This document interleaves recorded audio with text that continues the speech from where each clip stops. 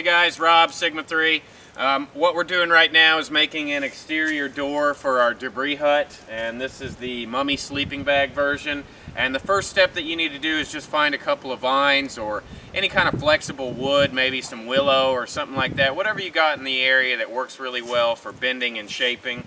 And if you have trouble finding anything that'll shape, you can always heat bend stuff. You know, just work it over the fire until it becomes more flexible. But just make you a couple of loops, and you want to size them to about the size of the door, maybe a little bit bigger.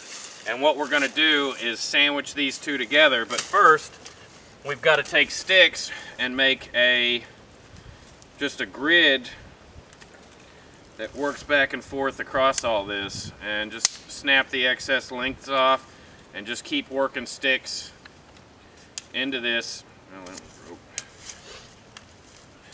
Keep working sticks into the frame until you get enough to where we can basically make an Oreo out of leaves. We're just gonna basically sandwich these two together, so I'll come back in a few seconds after I get these woven together. So once you get your hoop completed and jam a bunch of sticks in the middle, then you're gonna take a few cedar boughs or anything that you can. It's not 100% necessary, but it definitely helps out a bit. So you just wanna jam those in so that some of the leaves don't fall through. And we're basically just gonna throw this together like a big Oreo. And the fatter your door is, the more insulated it's going to be. So just take that over, sandwich that down,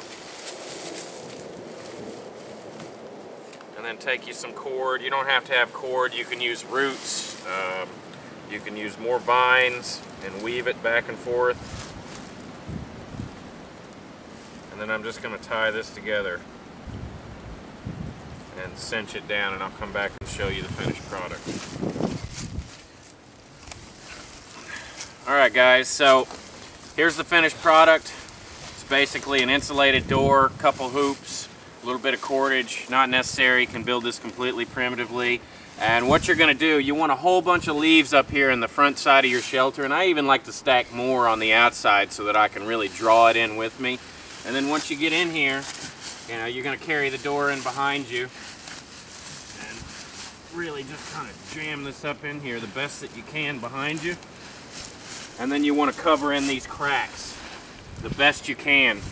And the more leaf litter and debris that you have in there, the warmer you're going to stay. Think about a squirrel house, guys. I mean, you see squirrel houses up in trees, inside trees.